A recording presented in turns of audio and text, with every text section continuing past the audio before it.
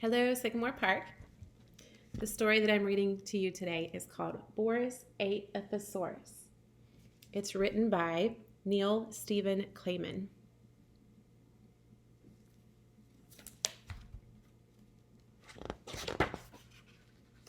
I'll never forget the day I ate a thesaurus. It was during my first visit to our school library.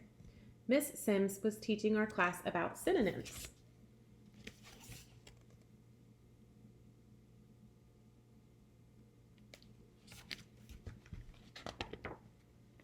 Who knows what a synonym is? Miss Sims asked. I shouted out, They're those sticky things that taste good. No, those are cinnamon buns, she laughed. A synonym is a word that means the same thing as another word, like buddy, friend, or pal. Who can tell me what a thesaurus is? Miss Sims asked. I hollered again. It's a giant green monster. She chuckled. No, that's a tyrannosaurus, Boris. A thesaurus is a big book where all of the synonyms live.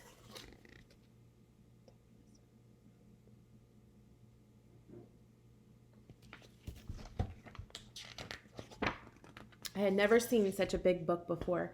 It was filled with hundreds, no, thousands, maybe millions of words.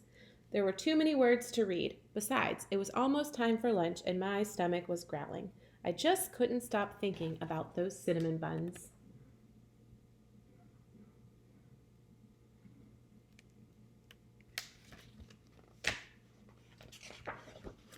That's when it happened. I picked up the thesaurus and devoured each and every word. I started with the A's and chewed my way through the alphabet. I didn't even stop for a drink of water. L, M, N, oh my. I just kept going. By the time I reached the X, Y, and Z's, I was ready for a nap. I put my head down on the desk and suddenly I belted out the world's biggest burp. Burp.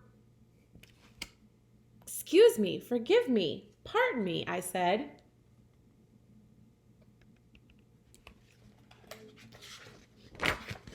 When I came home that night, I skipped dinner. I wasn't hungry. My mom asked if I had eaten something at the library. Just a thesaurus, I replied. My mom said that she didn't remember packing one in my lunchbox. I asked if I could depart, go, leave, to do my homework. At first, no one noticed what was happening, but then it became apparent, clear, obvious. With each passing word, I was suddenly speaking in synonyms.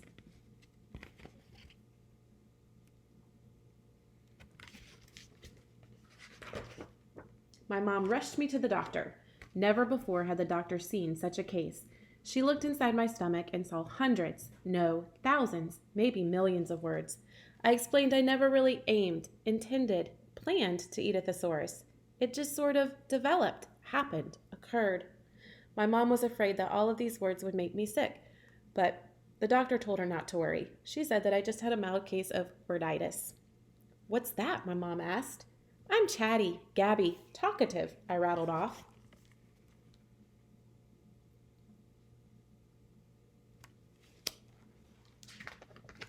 Word quickly spread about me. People everywhere were talking about that kid Boris who ate a thesaurus. I was delighted, excited, thrilled that I was so famous. It wasn't long before a television news reporter interviewed me. When did you first get hungry for a thesaurus? He asked. I said, it was by accident, chance, fluke, that I ate, consumed, devoured the book.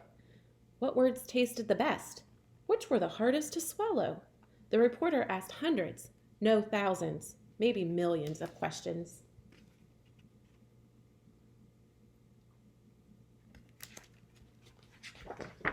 The next day, a letter arrived in the mail from the President of the United States. He invited me to the White House to make a speech. It was a big job for a little kid, but I was certain, confident, positive that I could do it. Dear Boris, I'm very impressed with your extraordinary, exceptional, remarkable talent. Please come visit us at the White House. It would be an honor to meet and hear you speak. Best regards, the Prez. P.S. Congress says hello.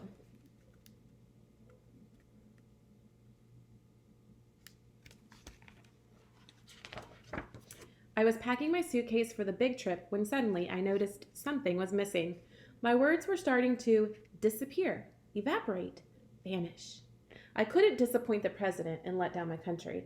I knew I had to eat another thesaurus. I just couldn't imagine, visualize not being the most celebrated, famous, popular kid in the world.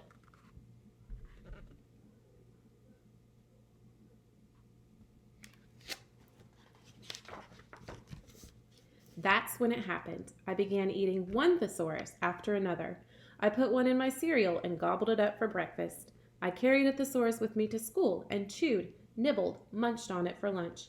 I even hid one in the freezer and heated it in the microwave for dinner.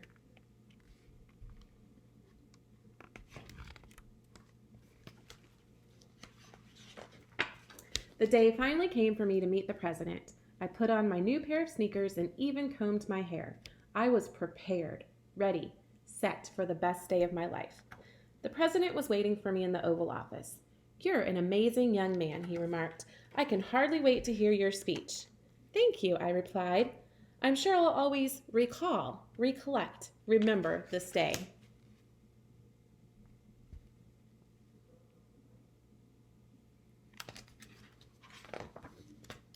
The auditorium was filled with hundreds, no, thousands, maybe millions of people. I stepped up to the podium and reached for the microphone. That's when it happened. Nothing came out of my mouth. Not a word. I was speechless. I was so ashamed, embarrassed, humiliated that I ran off the stage and out of the White House.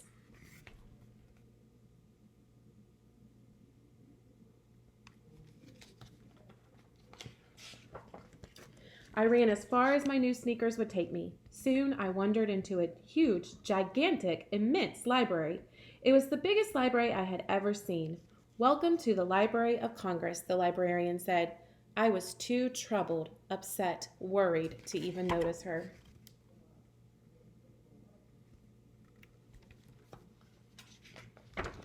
The librarian quickly recognized me. "Why, you're the little boy who ate a thesaurus," she remarked. I nodded, too sad to speak. "I take it your speech didn't go so well?" she asked. "What speech?" I mumbled, muttered, whispered. I ran out of words. "Well, then, you've come to the right place," she said. "All of the words in the world are right here in these books. The secret to remember is that books are for reading, not for eating.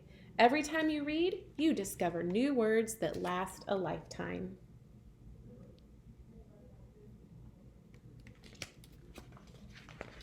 Suddenly, it all made sense. "Books are for reading, not for eating," I repeated.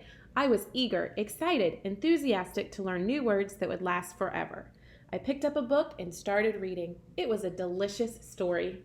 The conclusion, the end, finish.